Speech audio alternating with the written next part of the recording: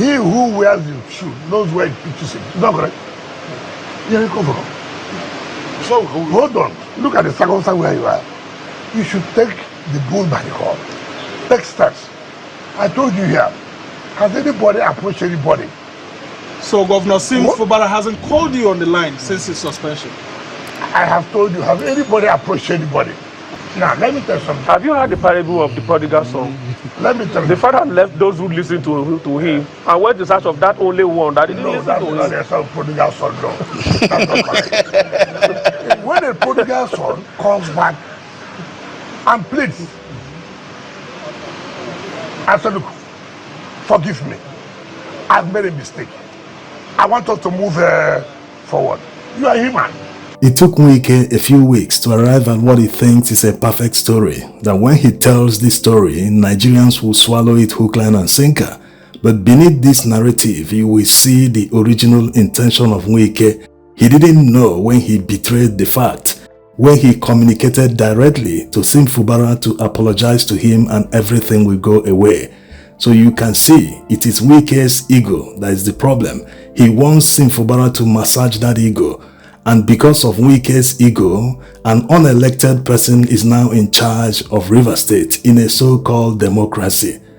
This also betrays how desperate Wike has become. After all his rhetoric and bragging about having all the power, all the structures, everything, he has now descended so low to the level of begging Sim Fubara for apology.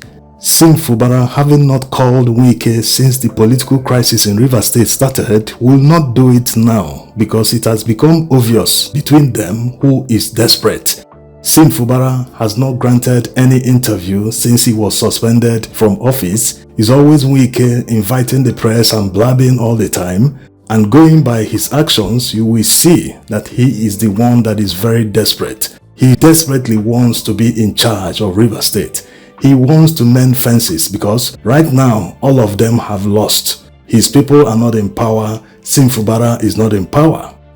You can say the sole administrator represents Wike's interest, but his boys, the House of Assembly members that are loyal to him, are out of job, just like the governor of Rivers State. Also, it's very easy to understand why Wike is very frustrated. He got a judgment from the Supreme Court. Yes, the highest court in the land. He was expecting Sim Fubara to call him. Oga, please, let's mend fences and move forward. What do you want me to do? I will do it now. Sim Fubara never called him.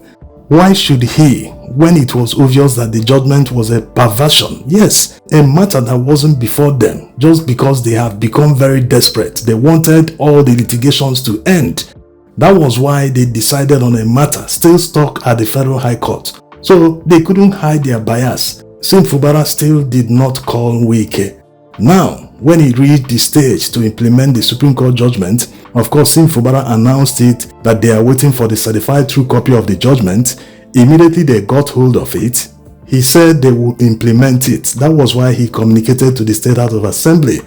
Of course, you know what happened. They locked him out the day he came to present the budget. Wike was expecting him to still put a call across to him and say, Oga, please, can you call your boys to order? What are we going to do? Let's resolve this. Sim Fubara still did not place that call.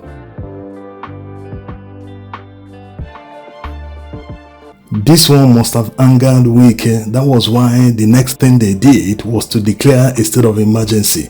Despite that, despite being suspended from office, Sim Fubara still refused to place that call across to Wike. Now they have become even more desperate because they know that the declaration of a state of emergency in Rivers is not popular. Forget about all the narrative you see on the Nigerian news media. It is not popular, so extending it will be very hard. In fact, it might turn people against them. So that's why he's trying to do what? Force Sim Fubara to call him to come and massage his ego. This time he will now say, he has begged me. Okay, let's move forward. Let's do this, let's do that. So that he can declare a win. But Sim Fubara is still refusing to place that call. You see, if you're progressive, it's very easy to pick a side between Fubara and Wike. Forget about members of the party in power. They actually have progressive in their middle name, but they are not progressives. How can you call yourself a progressive and you remove a democratically elected governor and House of Assembly members and install an unelected military man, when we have regions that are out of control, no police whatsoever, government presence is lacking in these regions across the Middle Belt where hundreds have been killed the past week alone. What about the Northeast, the Northwest? This is where you need to exercise your presidential power to turn things around for Nigerians, to effect change, to stop the insecurity. But no, because they are after money. Yes, there's no other reason they removed an elected governor. Because of that, they have installed a retired military man to be in charge of a state under a democratic setting. Wike will never understand why Fubara is refusing to do his bidding. He must be thinking, this money doesn't belong to this man. Bring this money, let's spend. But Fubara is refusing to budge. There are many ways he has shown that he doesn't want to go the way of Wike. Take for instance the internally generated revenue of Rivers State. It wasn't as if Fubara did anything new. He just exposed part of the IGR that was never declared to Rivers people under Nyesom Wike's administration. So you see, the difference in billions was going to someone's private pocket without Rivers people knowing about it. So if he wanted, he would have just continued the same way. After all, no one knew about it. He would have just continued where Wike stopped. Also, going by the way Fubara has been handling the whole issue, imagine an elected governor being removed from office. Imagine Wike is in that position, that it is Wike that someone suspended from office. The whole world would have heard about it. There would have been massive protests in Rivers State. He would be granting interviews on a daily basis, if not hourly basis. But Fubara has done nothing. In fact, he has kept mute all along, no interview whatsoever. What it means is that he's telling them that he's not desperate. Also consider the appointments. Someone that came on a mandate to secure the state, to secure federal assets in Rivers State, but he has now openly delved into politics. What's his business with political appointments? Yes, he doesn't have the mandate, but Fubara is not making any fuss about it. He knows that 6 months will come very soon and he will come back to office and reappoint his people into power. As a politician, I'm not happy. I wanted outright removal of the governor. As a politician, I'm not happy. But for the interest of the state, the president did the right thing. But people must say the truth. The governor was gone. He was gone. Yes. He was gone. So when people say, President, I say, look, if that's where they should be worshipping, they should be worshipping Mr. President. Every morning go to the President, can we wash your feet for saving us? This false narrative again. He didn't save Fubara from any impeachment. In fact, they wouldn't have been able to impeach him. Not that they don't have the numbers, they do. But the Chief Justice of Rivers State is not on their side.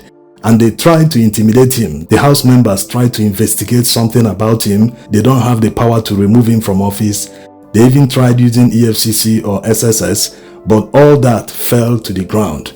So they couldn't have impeached Fubara. All these narratives, they don't take anyone anywhere. They are just trying hard to justify the illegal declaration of state of emergency.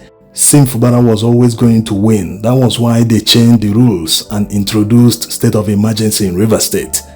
The blame for what is happening in Rivers State today goes to the judiciary. It's a pity the last hope of the common man is no longer for the common man, but for the corrupt and the wealthy. If the justices made their judgment based on facts, Wike and his men will no longer be in power today. Yes, they will be talking about a by-election, but instead, they looked at all the facts and tried to turn white to black in front of Nigerians. People that decamped on national television, they did everything to justify the fact that there was a crisis in PDP. They even swore to an affidavit in court confirming their decamp to another party, but all the justices could say was that the fact that they don't have any party card, you can't prove membership to APC. So this prolonged the crisis in Rivers State to the extent that they lost all the cards. No more cards to play. That was why they changed the rules and declared an illegal state of emergency and suspended everyone from office. That's why when they brag, master strategist, political structure, this, that, Wike made a very grave error by advising his boys to decamp to APC.